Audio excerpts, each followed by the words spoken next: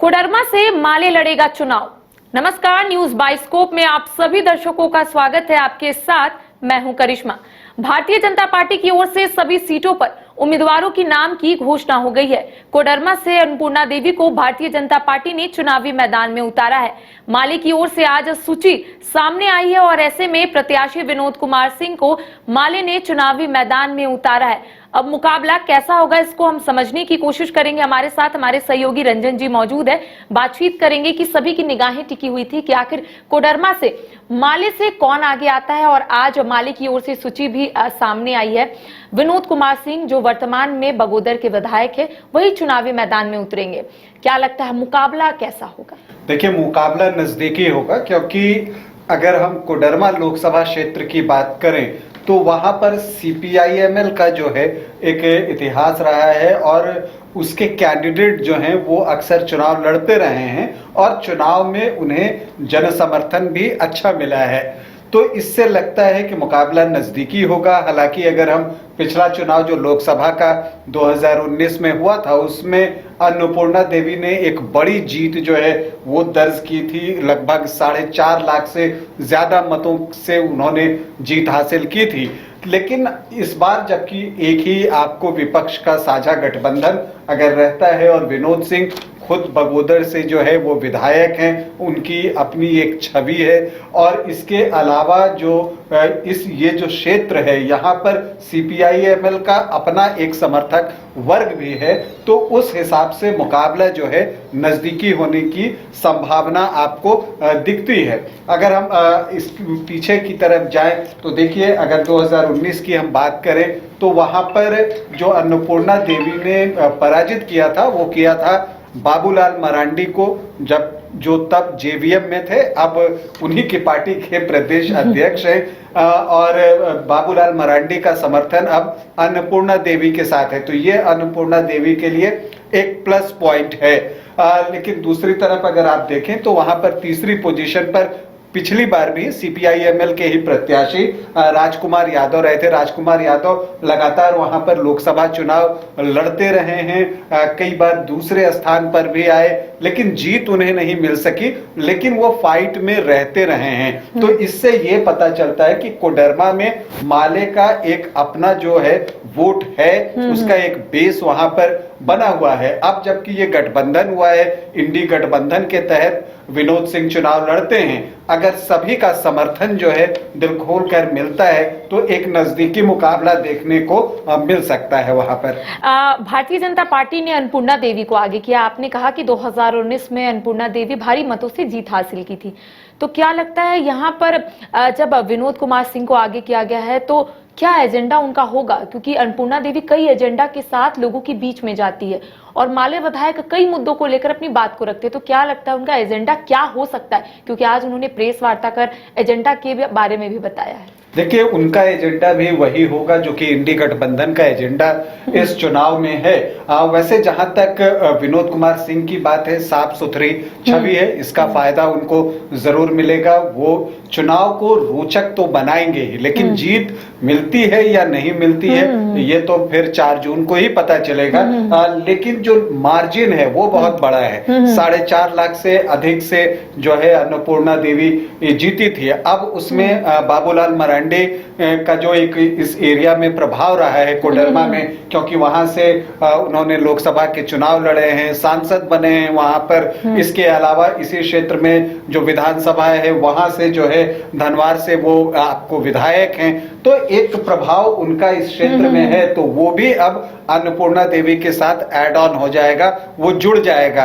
तो अन्नपूर्णा देवी की स्थिति और मजबूत हुई है इस चुनाव में। और दूसरी तरफ विनोद सिंह हैं, जिन्हें के अपने जो समर्थक दल हैं इंडी गठबंधन के JMM और कांग्रेस RJD, उनसे जो है पूरे समर्थन की उम्मीद होगी, क्योंकि अगर उनका समर्थन मिलता है तब जाकर उनकी स्थिति जो है वो इस चुनाव में मजबूत होगी और वो तगड़ा मुकाबला दे सकेंगे। देखिए, यहाँ पर जो मुस्लिम आबादी है वो 20% से ज्यादा जो है यहाँ पर मुस्लिम आबादी है।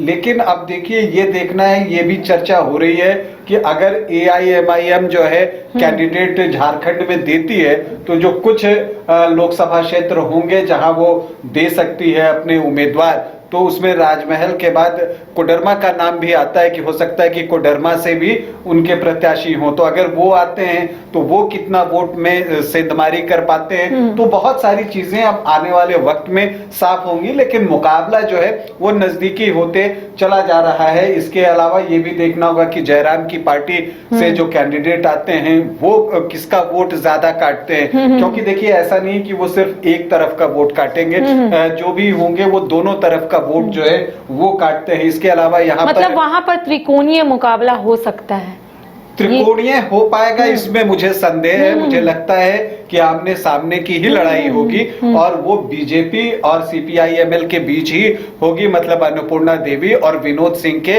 बीच ही मुख्य मुकाबला मुझे लगता है कि होगा।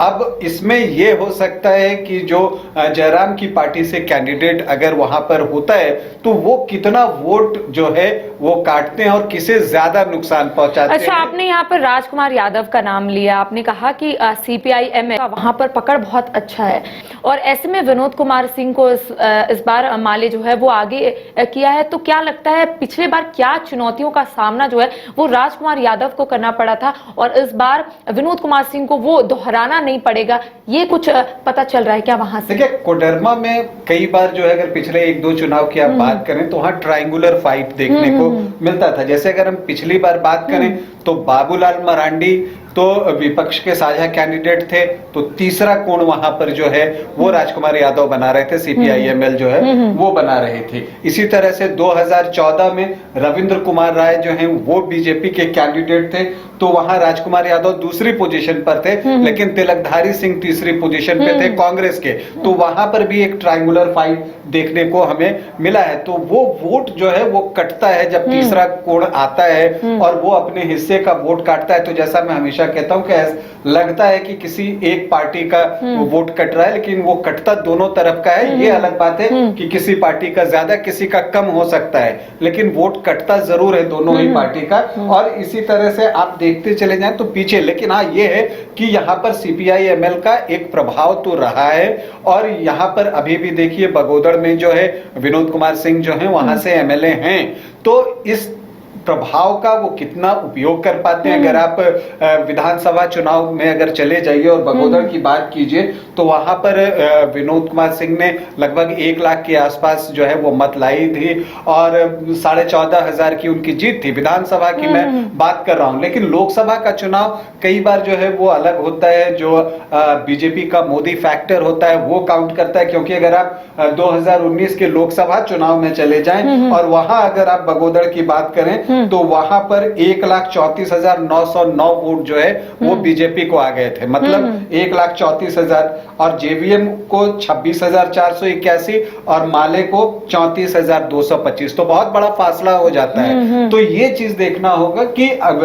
चूंकि अब जैसे जैसे लोकसभा चुनाव नजदीक आएगा, प्रधानमंत्री नरेंद्र मोदी के भी दौरे वो झारखंड में लगेंगे और उसका एक इम्पैक्ट पड़ता है और उससे आप कोडरमा में भी इनकार नहीं कर सकते। लेकिन अगर आप कुल मिलाकर अगर बात करें तो आप ये कह सकती हैं कि कोडरमा में अन्नपूर्णा देवी और विनोद सिंह के बीच एक नजदीकी मुकाबला, एक कीन कॉन्टेस्ट आपको देखने को मिल सकता है। मुकाबला दिलचस्प होगा और सबकी नजर कोडरमा पर जरूर रहेगी।